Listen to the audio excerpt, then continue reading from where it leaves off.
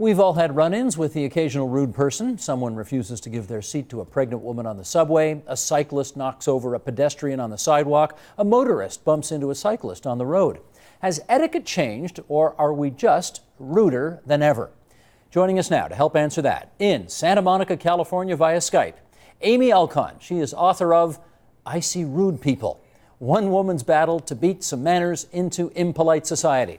And with us here in studio, Jonathan Kay, columnist at the National Post, Susan Eng, Vice President for Advocacy at CARP, Ike Augue, Ottawa-based lawyer and contributor to the Huffington Post, and Vivian Rakoff, psychiatrist and professor emeritus at the University of Toronto.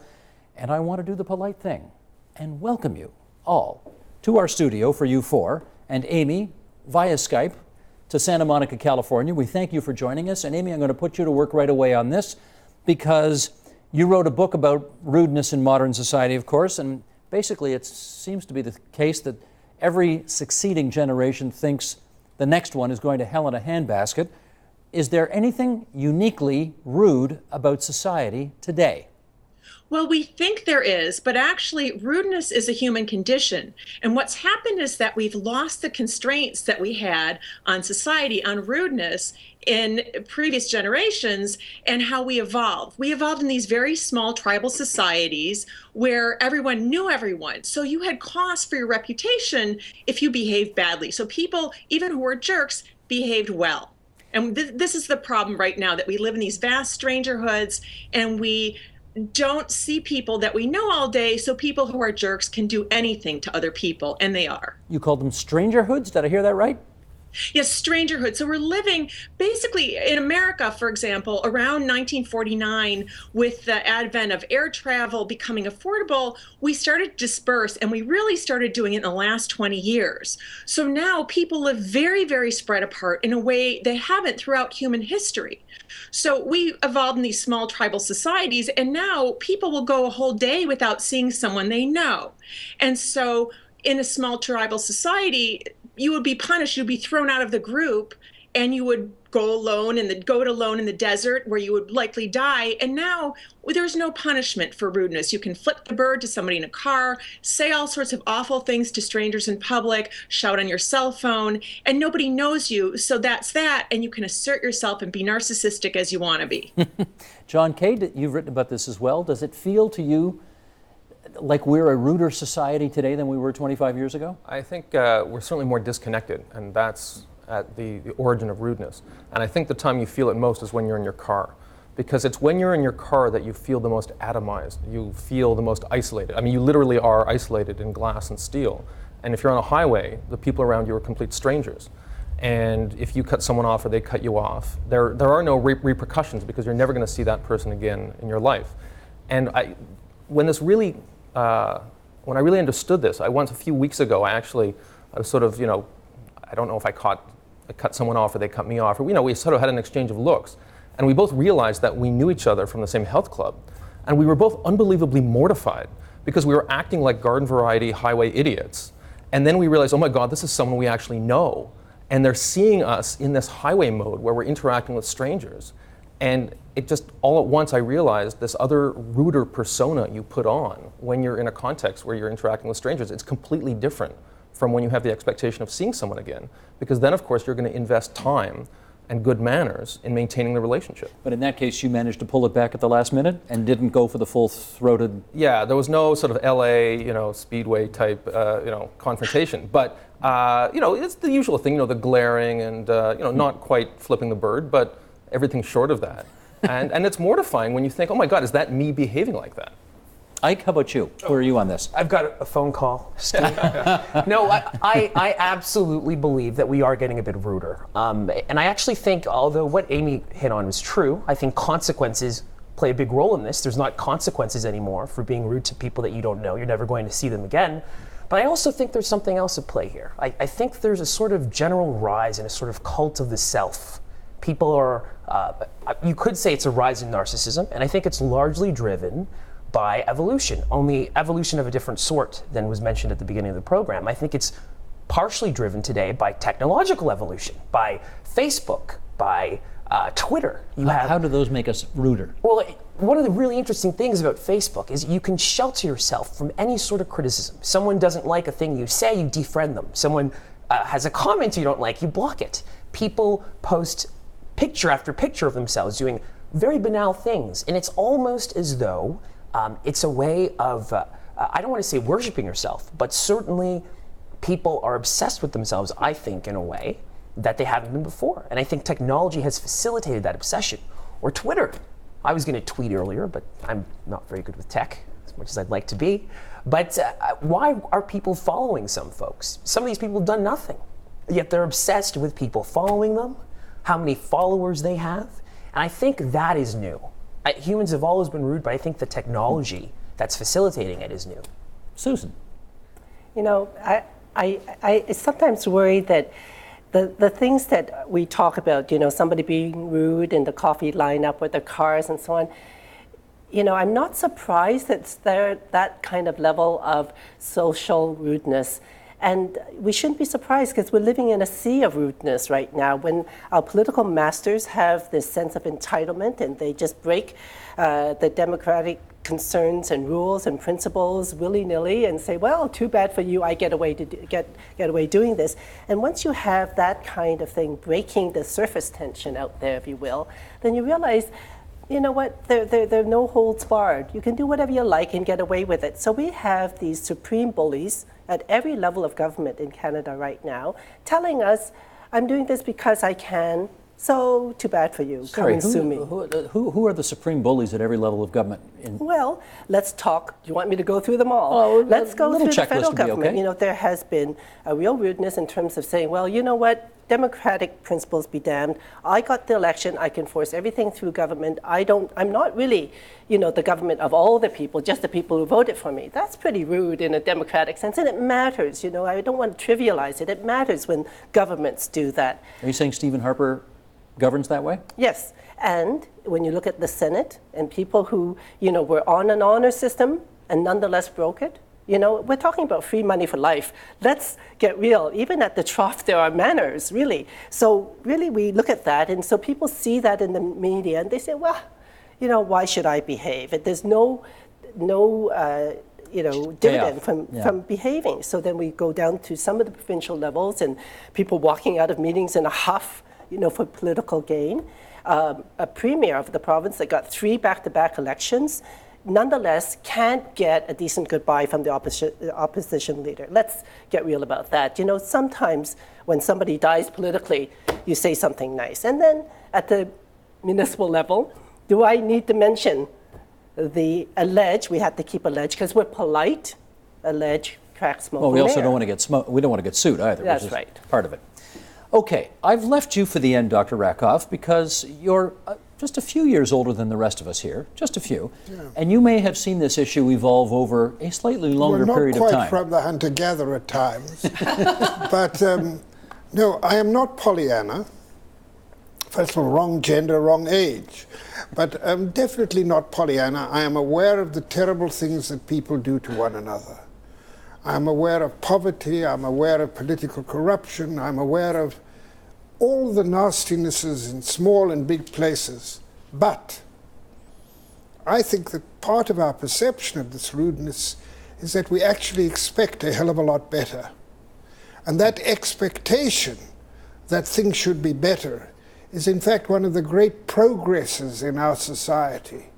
We don't tolerate rudeness in a society as it's expressed in child labor, oppression of women, the rich lording it over the poor, our political masters being entirely arbitrary. We don't tolerate that. And the reason we don't tolerate that as well, and we're aware of it as rudeness, is that we have been the beneficiaries of tremendous progress in the expectation of decency and order in our public lives. I'm speaking now of largely the Western world. I don't know much about the other.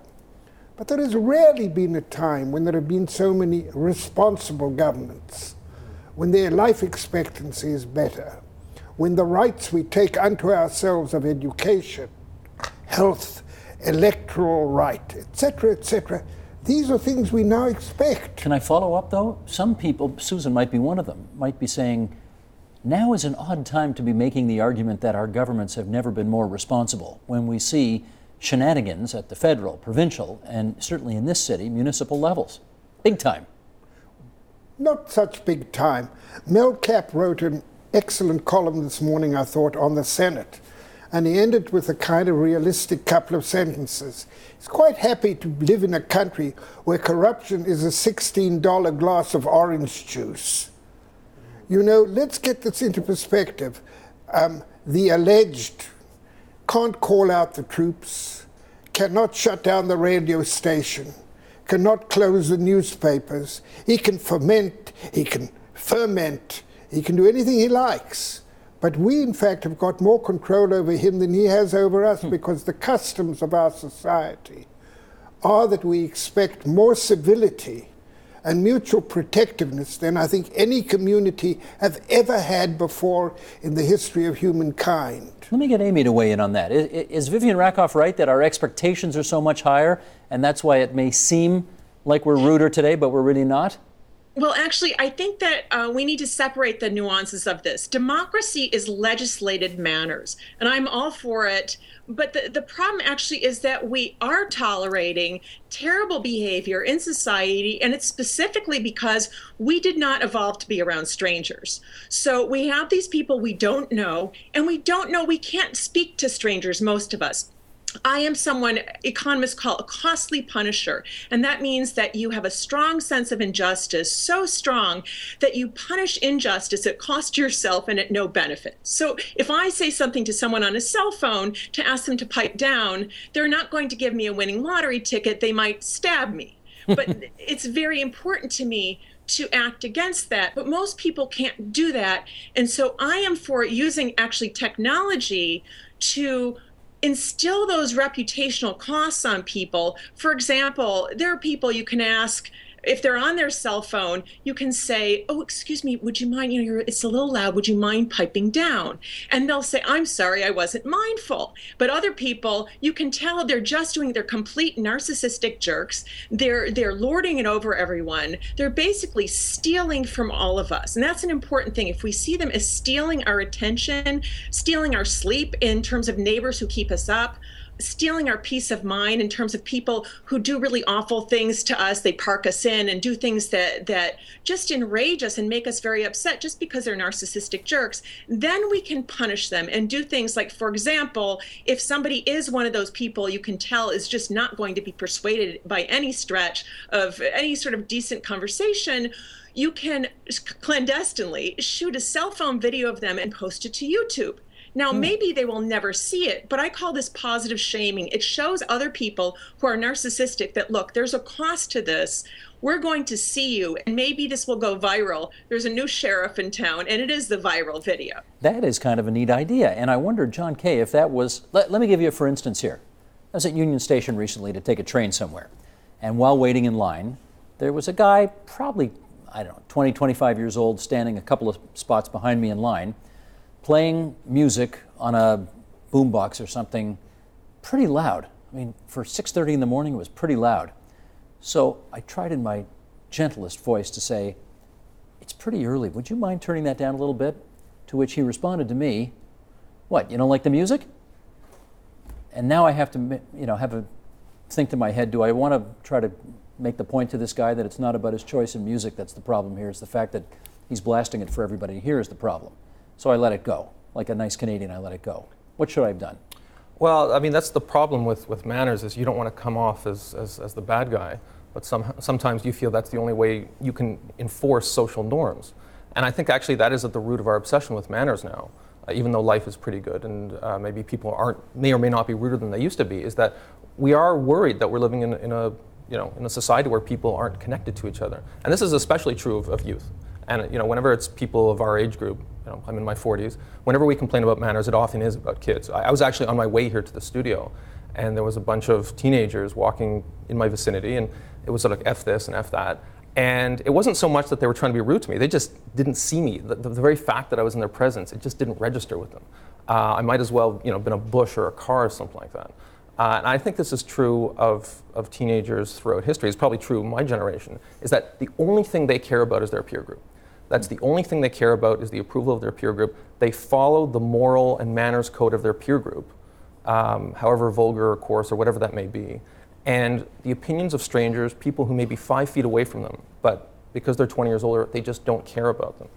And this is true online too. You know, the person who may be being rude to others by being on their cell phone or texting, they may be behaving impeccably within their peer group and online within their community. And that's the only place they care about their reputation. So even though they're being rude to you, even though they're at Starbucks and they're texting, they may be saying something extremely well-mannered to the person on the other end of the text. It's just the people in the geographical vicinity of them. They don't care about us. They care about their community as defined online. I want to follow up with the F-bomb with Susan. I see this all the time, where young people walk down the street or they're in a shopping mall or whatever, and they are dropping that F-bomb like it's any other word, like it's going out of style. In our generation, you'd never have done that. That was a word that you whispered quietly, and certainly never in public. Now, everybody does it, and they don't think it's a big deal. Is it me or is it them? Well, I think it could be you, because for them it's punctuation. Right. And if they don't use it, they lose their status within their, peer group. On the other hand, it doesn't make it right. And at some point, I suppose words like that start losing their impact, because before it was, showing how much of a rebel you are. Well, if everybody's doing it, you're not much of a rebel anymore. So what is the way to deal with that? Ridicule or ignore it or get used to it, tolerate it? It is part of, it's really in the perception of the person being offended. Because in those cases, those kids are not trying to offend anybody. They're just trying to fit in, as Jonathan says, with their peer group. So it's up to us whether we take offense. And we also have to ask ourselves, how important is that anyway? Or do we worry that when certain no-go areas and barriers are broken, what else is going to be broken? What else is up for grabs? And that's, I think, what makes us nervous and why, we've all become hall monitors or something, trying to, stave the tide. And I think there's a feeling it's going to get worse before it gets better. If you're walking down the street, though, Dr. Rakoff, with a little kid, you don't want to hear F-bombs going off every 5 seconds. In which case, you should never go to the movies. You should never watch half the cartoons on television. There's a way of words becoming sanitized. Almost all words for smell eventually turn lousy. Almost all words for sex become gradually naturalized into the parlance of the day. I mean, if you want rude, you read Chaucer. There's lots of rude in Chaucer. Read the satyr plays with which the Greeks ended every day of tragedies. It's full of F-bombs and all the other bombs that you might want. I might be living, I realize, in another world, but I think of myself as a kind of litmus test. Who say, after look at me, I'm a little old guy. If the world were really as Hobbesian, as cruel, as nasty, and as brutal as you guys are talking about, I wouldn't get from A to B on any given day. On the contrary, I get into the subway and I'm invariably offered a seat. When I drive my car, and I'm not a very good driver, as all members of my family will tell you, but when I get to a four-way, which we have in Toronto, 99.99 times out of 100, people observe the coming and the going in order.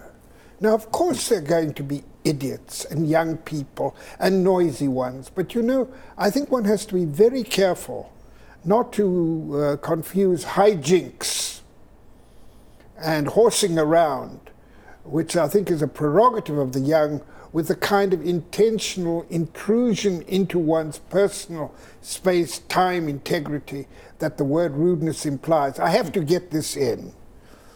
About 40 years ago, I was with a little group and we wrote a book called Normal Adolescence. And our superscript for the book was a quote from Hesiod, 8th century BC. And it begins, I'm sort of quoting correctly, that the young these days don't know how to respect their elders, they think only of themselves, they are noisy, etc. Plato comes up with an almost identical one. Peter the Hermit, that religious fanatic, talked about how the young are terrible and the young women are dressing badly, badly, badly. And what you realize is that in every generation, the young are young, noisy. And maybe those of us who perceive the rudeness should also get a bit cool on this one, that it may not be what we perceive it as. And without it, you would have a bunch of people oppressed and suppressed all the time. Now, there are limits. I could go on, but I'm certain you want other people to Well, talk. I actually want Amy's take on that. She says she sees rude people, but apparently Vivian Rakoff has been seeing rude people and quoting Hesiod, who's seen them for generations and generations and generations. So is there potentially nothing new about this? I was laughing because I have that same Hesiod quote in my book, I see rude people. And actually, I really agree with Dr. Rakoff. I think people are very prissy now about, oh, society's terrible and government's terrible. Sorry, I don't mean that in a rude way, but all of us, that we all tend to see things this way.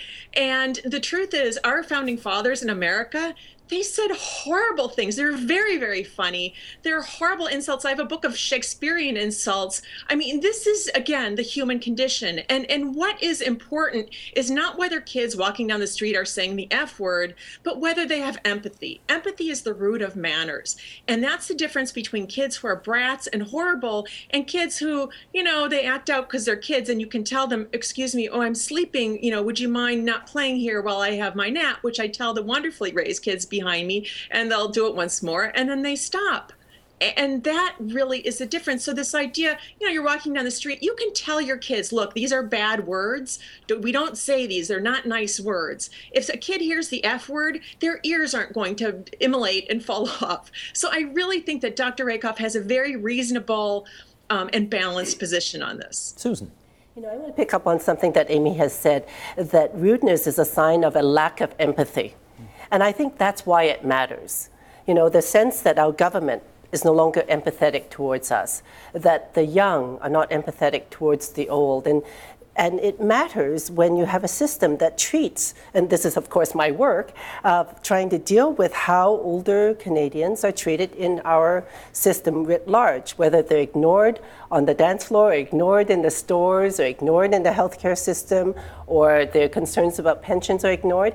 When they feel ignored, the lack of empathy, that I guess is a very good definition of institutional rudeness in this case. And so that's why it matters. So it's not the little simple things, maybe the F-bomb or whatever else they're doing on the street. That isn't nearly as important as a systemic lack of empathy and rudeness. How much of the, I'm going to guess you're the youngest member of our gathering today here, Ike. You guessed right. You want to say how old you are? I'm still in my 20s, but I'm almost out of there. Let's put it that way. Still in your 20s, but almost out of them. Yeah. Okay. Do you want to chalk this up to youthful exuberance? You know what? I don't. And I'm actually surprised to find myself, it appears, one of the more conservative members of the panel, to be perfectly frank with you. First off, to be honest, I think the fact that you're older actually insulates you from a lot of rudeness. I don't think it makes you more vulnerable. I think it makes you less, in a way. And additionally, I don't think it's the government that is responsible for people being more rude. I think the government's been far more rude. I think politicians in the past have been far more rude. One quote that I can remember, and I might perhaps butcher it now, so I apologize. I think it was said of an American politician that he was a hermaphroditic character with neither the firmness of a man nor the gentleness and sensibilities of a woman. And this was common parlance amongst politicians back in the day. I think governments today are far more civil. So I don't think that explains it either. And in terms of the F-bomb being dropped and what does it matter, it's just a word, I don't think it's just a word. I actually agree. I agree with Susan. I think it's much more than that. I think that it does betray a lack of concern for people you do not know who are around you. And I know you were saying, is it just me? Is it just my generation? You know what? It's not just you. Because I'm not a member of your generation. And Thanks for reminding me. No problem. Yeah. And I'm still in my 20s, barely, but that was not appropriate for me either. And I do think something is changing. And that's not to say that it's not a part of the human condition, that we've not always been rude, but I don't think things are remaining the same. Let me follow up with Amy on that, because I know you said that if you walk down the street with a little kid and the little kid overhears the F-bomb dropped over and over and over by, let's say, some inebriated teenagers, it's true, their ears are not going to burn off. But why should they have to hear that anyway? Because we live in a free society. And in a free society, we have free speech. And where are you walking with your kids that you're around drunken teenagers, first of all? I don't think that this is a common occurrence. Sometimes it'll happen at a baseball game or something like that. And in a free society, I think it's important to explain to your kids that it is a free society and you are going to hear things that we don't say at home, as my mother would say to us, things we don't do at home. And you give your kids strong enough values that they know how to behave. And I laugh and joke that my parents, I call them loving fascists, but they gave us very strong standards. And so it allowed me to know how to behave in life. And basically empathy and consideration are the guidelines for any situation. When you don't know how to behave, you think, old golden rule, how would I like it if that were done to me? And those kids sometimes need to be reminded in a gentle way, because criticism does not make people change. It makes them get defensive. To take one aside and say, hey, just wanted to ask you, my kids are right here. Could you guys, just hold the language a little bit? And that's more likely to persuade them than saying, what's with the F-bombs? Which will make them maybe say more of them faster and in your direction. Ike has a follow-up. Well, it sounds as though there's a lot of anecdotal experiences being exchanged here, but I actually think there is some hard data on the subject. Perhaps not perfectly on point with regards to the subject, but I think it's still instructive. So there's something called the American Freshman Survey. And what they do is they survey students in college every year. They've been doing it for 47 years, and they find out their attitudes on a variety of subjects. Their opinions of themselves, how much they post photos on Facebook. That's obviously a rather new part of the survey. Whether they think they'll succeed and whether they're gifted. And some very interesting data has popped up from this. It just came out the other day, didn't it? Yes, it did. It's fairly recent. So first off, there's a 30-year high in kids who think that they are gifted, kids who think that they are guaranteed to succeed, kids who are exhibiting traits that would be called by most of us as narcissistic. Now, the interesting thing is, although this is a 30-year high, it's also a 30-year low in terms of test scores, in terms of the amount of time spent studying. So we have people whose opinions of themselves are nowhere near what the reality is. And the only reason I bring this up is because I think it feeds into the broader theme here. Because part of the reason those kids don't care when they're dropping that F-bomb is because their world is all about them. And not only is it all about them, but they are very special in this world. They are a unique butterfly. And they're told this their entire lives. They're told it in high school when we no longer give kids bad grades. I think we pass everybody now. I could be incorrect on that. They're told that they're special and unique, and there's nothing wrong with being special and unique. I suppose most of us are in one way or another. But even if you're 1 in a million or 1 in a billion, there's 8 people just like you? I think we need to be realistic with our kids, and I'm barely out of being one. Okay, well done. Make a comment Please. on that. There's a paradox, the law of unintended consequences applies, and the bad side of good things. You're right, most people now in the privileged world, I'll use that phrase, are the products of about 4 centuries in which the social progress has been that everybody is important, that we have come to the voting system already tells us that. Remember, it's not that long ago when there was no universal suffrage, when whole groups of people were not considered to be part of the family of man. When you read old books of etiquette, and there are those, I suppose some of the most famous is Castiglione's The Book of the Courtier. It wasn't meant for Joe the herder or Sarah the dairymaid. It was meant for young courtiers who were the only ones who were instructed in how to behave well, and their instructions on how to behave well were things that today we would regard as preposterous, which is you had to do things lightly and not with too much effort, sprezzatura. You had to make your king or your lord look good and not take any credit for yourself. Lord Chesterfield, in the 18th century, writing his famous letters of instruction to his son, was the famous stuff like never apologize, never explain, high-shouldered arrogance, on which Dr. Johnson commented, and I think I get the quote right, that he taught the morals of a strumpet and the manners of a dancing master.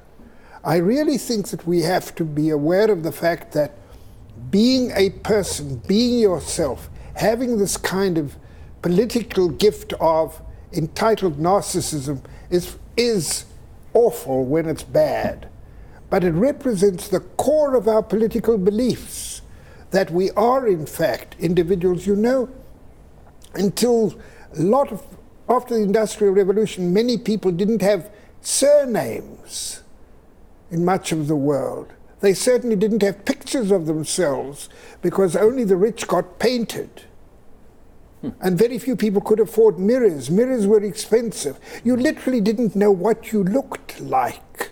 And the literature, until the bourgeois times, was never about guys like us, I'm assuming, because that there isn't a Plantagenet among us. Maybe you are closer to it.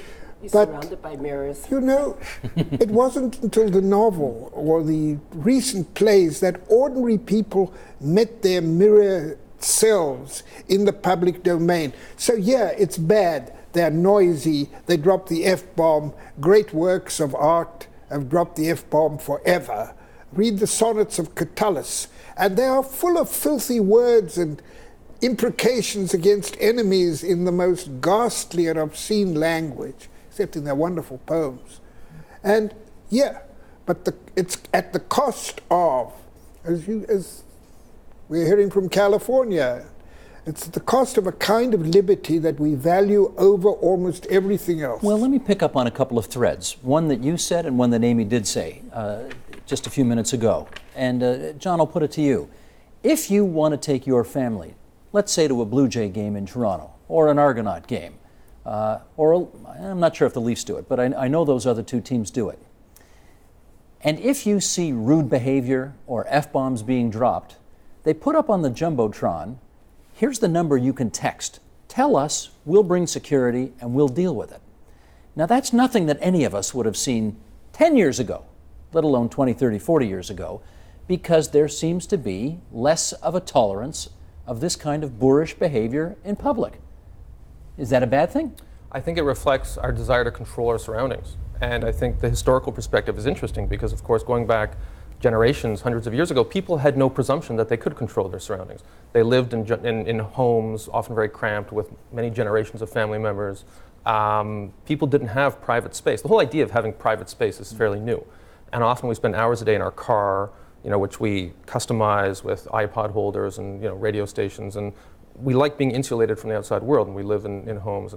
And we have customized media experiences. So we expect to live the same controlled, customized life all the time. And so when you go to a baseball game or something like that, and you can't control your surroundings, and there's some guy in the next seat because he has a ticket just like you, and he's mouthing off with F-bombs, it actually offends our sense of control. It's like, here's a situation you can't control, and yeah, it annoys us. It's something we that's unlike any other aspect of our life when we're in a public space. So actually, I like the idea that you can call this number, because the reason they're doing it is because they want to avoid people taking it into their own hands and getting into fistfights. So it's sort of an institutionalized response. And they want parents to be able to bring their kids to the game without I'm one of those worrying. people, by the way, who is worried about that, because when I bring my kids to a game, and there are people there who know my kids are there, and they're still dropping F-bombs, that's a hostile gesture, because what they're saying is, this public space belongs to me. I'm going to dictate the norms and the manners in this public space. There can only be one set of norms that prevails here, and it's going to be mine, not you and your kids. So I actually find that a hostile gesture, and I guess I'm a fuddy-duddy who's glad that they flashed that number there, because I'll be someone calling it. Amy, I don't know if the Dodgers or the Angels do this in Los Angeles, but the notion of just because you bought a ticket doesn't mean you have absolute free speech. Go Dodgers is okay. F the Dodgers is maybe not okay. Right? Right. And Jonathan makes a very good point. I call this privatizing public space as your own. These people they're making the rest of us miserable. They know they're doing it in some cases. When you talk about these people who are knowingly doing this, throwing these words around near your kids, and we do want to control, I think Jonathan made a good point about that as well, control our environment. Basically, we live more comfortably, even poor people, than people at any other time in history. And we've gotten so used to comfort. It's good in a way and it's bad in a way because, for example, we don't have people complaining about civil liberties violations by your government and certainly by ours, where they're just rampant. It's being constantly eroded, our civil liberties. And people are just sort of, oh, well, I can't be bothered. I really like my comfortable life and to not have conflict. But as I said before, people who are rude are stealing from us. And if we see it that way, even if you can't say something yourself, you can get up and get somebody to help you. If it's in a restaurant, a manager, a movie theater, an usher, because it's often actually dangerous to talk to people, but it needs to be done. And if somebody isn't dangerous, someone had mentioned somebody saying something, I can't remember, earlier on the show, saying something to somebody who is rude and they, will F-bomb you or whatever. There's a very interesting thing that relates to how we evolved, and that's that peer groups matter. And so if one person says something and just one other person says, yes, you were a little loud, that will have this chilling effect on the roadster that just one person asking will not. So I advise that you all try that because it really does work. John, a follow. Yeah, I think going back to what I was saying before about, I guess, roodsters, to borrow the term. Like that term. Yeah, I like it. Anyway, you see this often in restaurants where you have parents with kids and people who are on dates without kids. And there's this antagonism between the two groups. And it's really basically a tribal battle about whose code of manners prevails. The code of manners that says that this restaurant at this time is for people who want a nice, quiet meal. And the other people say, look, I'm bringing my kids here, deal with it. And often, actually, it's not a question of either side being rude. Both are being well-mannered within their system of manners as they dictate it. So the people with kids say, this is done in my society of breeding people. And the other people saying, look, it's 7 p.m., you should be home tucking your kids in bed. This restaurant belongs to us now. So it becomes a tribalized battle between two people trying to control a public space, a restaurant. They're not necessarily vulgar people, but you actually can get really hostile interactions between these two groups, both trying to dominate the same public space with their system of manners. Vivian Rakoff, who's in the right in that example John Kay just gave? Well, as you know, there are many situations where nobody's in the right and nobody's in the wrong. You have two rights here, and a mutual accommodation is what you expect in a civilized society.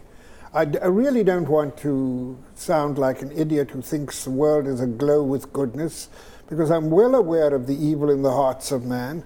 But in fact, in the last year and a half, I've twice turned to people in a restaurant.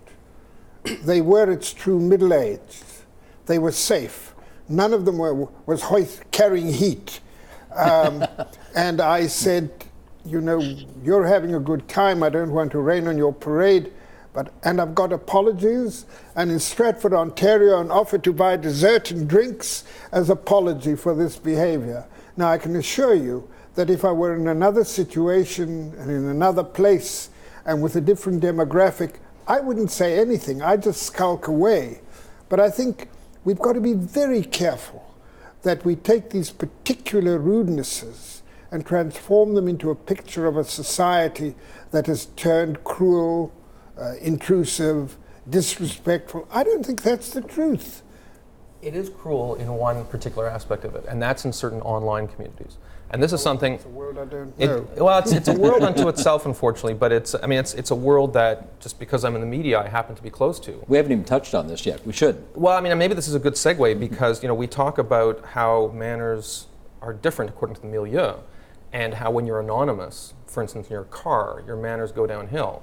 And this is something that has changed since the age of Plato, and even in the last 20 years, where you're in an online community, and the only thing that matters is making the other guy look like an idiot. And I say the other guy because 99% of these people are men. And rudeness doesn't matter, politeness, courtesy, empathy certainly doesn't matter. The only thing that matters is hammering the other guy and making him look dumb. There's two different things, though, to follow up in the online, and I'm glad you brought it up, because Susan, I want you to touch on this now, if you would. There are the trolls who will flame anybody online that they don't like, and will make lots of people very uncomfortable, and will frankly make these threads unapproachable for people who actually want to have a reasoned debate online. But then there are other little things, like pulling out your cell phone in the middle of a meal or something like that. Have you got a code on this? What's okay, what's not okay?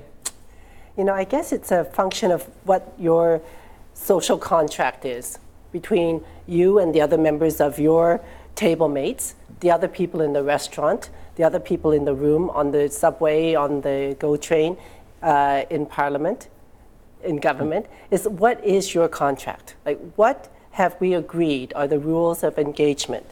And who is the first to break those rules of engagement? That's where we start to have things fall apart, and the need that people feel really anxious when they can't control the environment. Why? Because the rules of engagement they thought were governing this space have been broken. Now they have no recourse.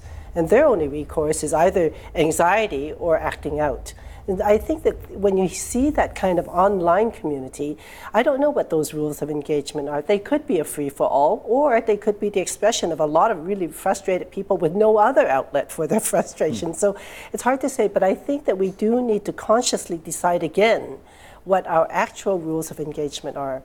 Ike, if you're allowed to, yes.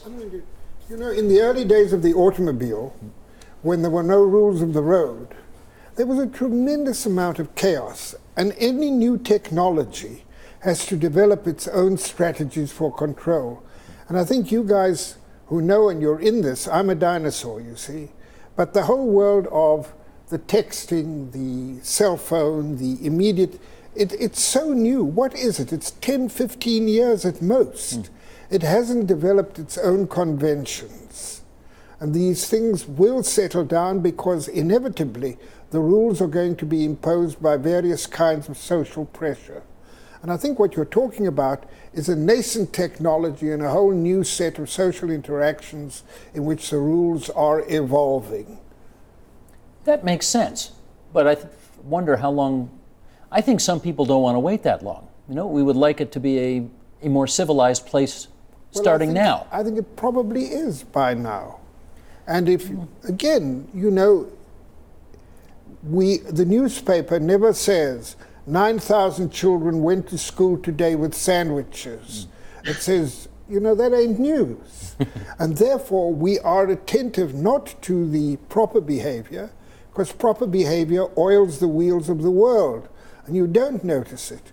We're always offended by the egregious stepping out and making the world lousy.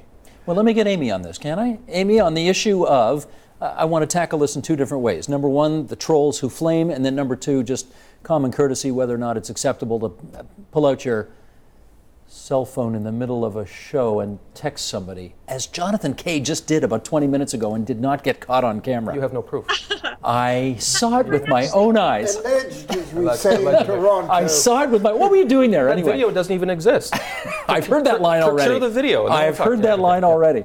What were you doing there anyway? Well, okay, that's interesting. See, the thing is, this is the effect of technology. Is before the show started, you said this is going to be 54 minutes of TV. Right.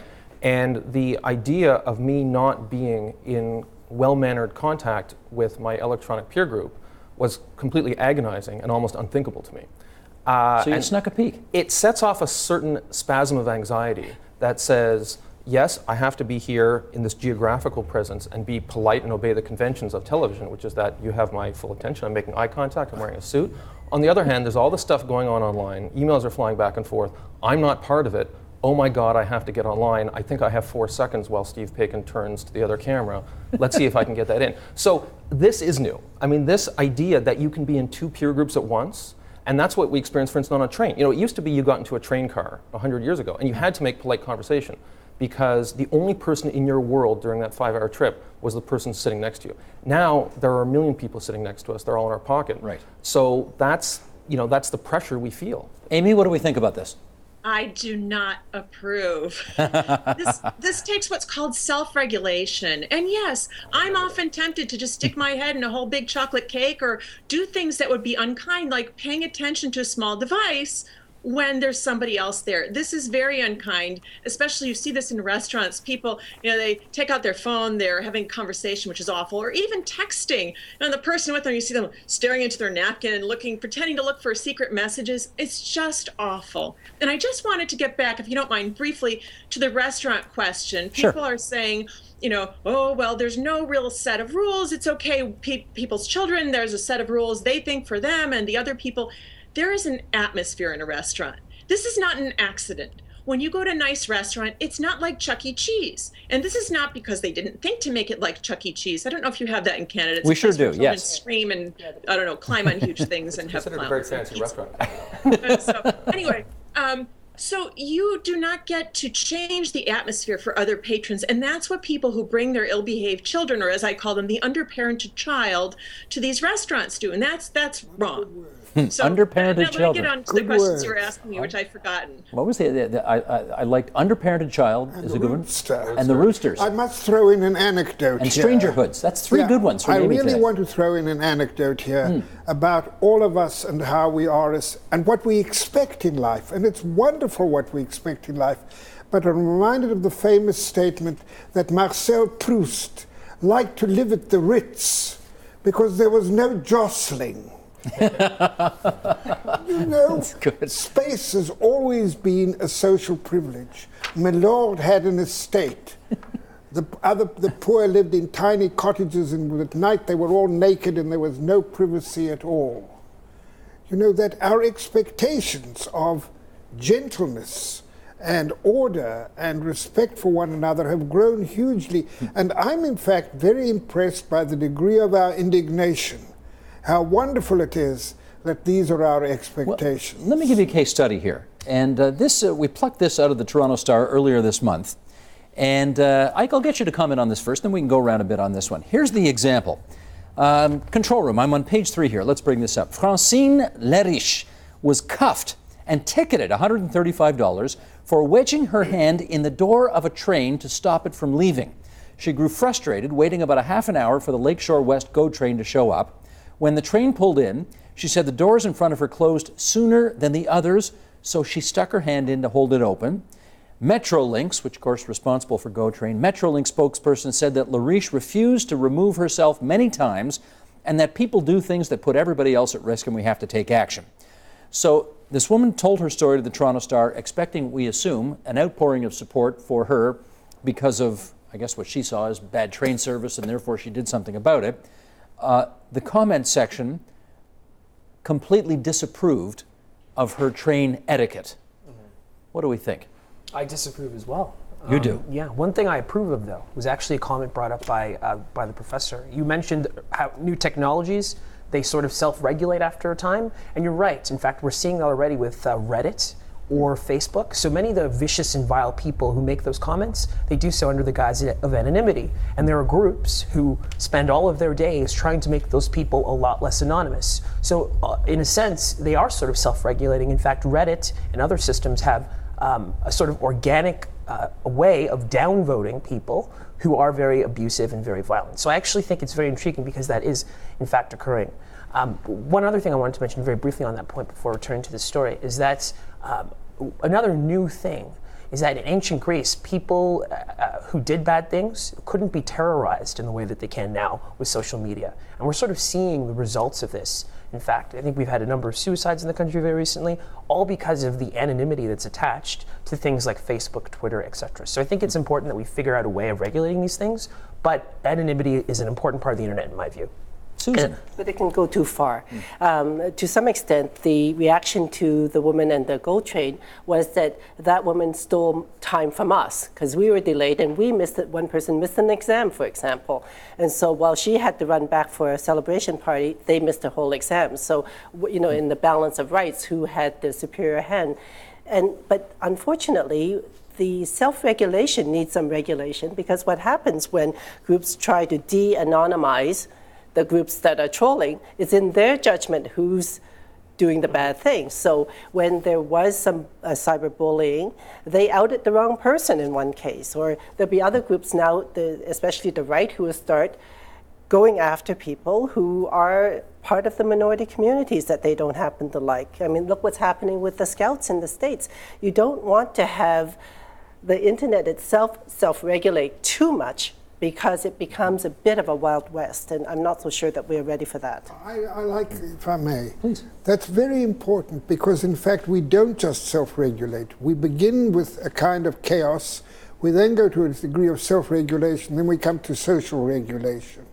You know, the intervention of the state to reduce chaos has been the story of our last 300-400 years, which has given us the protection that we all have at this moment. But that we always on this delicate balance where we want the state to help us, but do we want the state to do everything for us? We object, in fact, to the amount of material that is now being collected from people's private cell phones. Here we're talking about rudeness this could be treason, and we want freedom, and yet we want control of the readiness. You can't have it both ways. Every time you enter into the belly of Leviathan, and every time you become a citizen of a state, you are both accepting protection and giving up. And, if I can return to my own discipline for a moment, Freud, in probably one of his greatest essays, Civilization and Its Discontents, makes the point that's been made repeatedly, except he made it for modern times, that the order of the state, the order of community, is always bought by repressing or suppressing some individual desire or wish. We can't just do what we like. There are things that were quite tolerated until well into the 19th century. Guys used to urinate in the streets all over. There are parts of the world where they still do. I hate to tell you. Downtown Toronto. Yeah, I hate to tell you. But now when we see it, it's so unusual that we tweet about it. I mean, whereas it is not, and that ain't all. I'm only going halfway on this matter. That in the great courts of Europe, in Versailles, they would go behind the curtains because there were no toilets. It was stuff that we would consider totally disgusting. But there comes a kind of control of these things, and it is a giving up of spontaneity, of the right to do what you like all the time. None of us has the right to do what we like all the time, but there is a constant tension, a dialectic, and it is freedom, control, security, personal expression, narcissism versus being part of a community. And I agree, there's this business of the kids in the college survey. These are the children where their self-esteem was given. Everybody in the class got an A. Well, there'll be a correction of this in the dialectic of history. You're not the only guy who finds it bad. We just got a few minutes left here, and let me try one more thing, which gets to the point of sometimes how complicated this can be. And that is, there is some behavior that I'm saying this like it's 100%, but where, as a general rule of thumb, peeing in the streets is not tolerated nowadays. But there may be places in the world where it is. There are some things we do here that are completely acceptable, and there are other places in the world where it would not be tolerated at all. Amy, how do we sort of negotiate these differences in big cities where lots of people from lots of different places in the world with lots of different customs are all trying to sort of live together peaceably? I think that it's a requirement for someone who moves there to learn the customs of the place. I go to France, I don't expect them to speak English to me or behave like they do in America. For example, when you walk in a store, I know to say, bonjour, madame, to the salesperson, and I do that now everywhere. If you don't do that, you're not behaving well. And it just takes a little bit to learn those things. There aren't a whole lot of customs. And really, I think it's very, very dangerous to call for state regulation. And it's sort of silly because these are not things basically, really, is a cop going to come out because somebody's urinating on your fence? Probably not, or probably not in a timely manner. And so we need sort of community policing. And this is what I call for in IC Root people to speak up if they can, or support people who speak up against people committing what are basically like these tiny little crimes. They're small muggings. They're stealing our time in the case of that woman who stopped all those people, probably for 5 or 10 minutes, it sounds like, from going where they were going.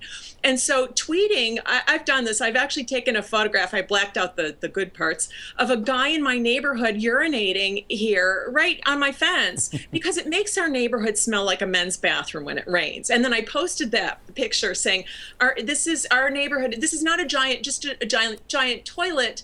It's also our neighborhood. And to avoid neighborhood shutterbugs, use the bathrooms in the bar. So those sort of things can help deter rudeness in a way that government regulation never can and should not, because we really endanger ourselves by sliding into more and more laws. I think it's the polite and correct thing to do to give our American guest the last word on this, and so we will today. Although let me also say, Vivian Rakoff, you quoted today from Freud, Catullus, Hesiod, Proust, and Castigliones, and what a coincidence, because you are the second person this week to quote all of those people on one program. I never thought I'd see it again so quickly, but there we go. I'm kidding, Dr. Rakoff. You are amazing. You are amazing. Can I thank everybody? Amy Alcon for joining us on the line from Santa Monica, California via Skype. She's the author of I See Rude People, One Woman's Battle to Beat Some Manners into Impolite Society. And back here in studio, Jonathan Kay from the National Post, Susan Eng from CARP, Ike Agu, the Ottawa-based lawyer and contributor for HuffPo, and Vivian Rakoff, the incomparable psychiatrist and professor emeritus at U of T. Thanks so much, everybody. Support Ontario's public television. Donate at tvo.org.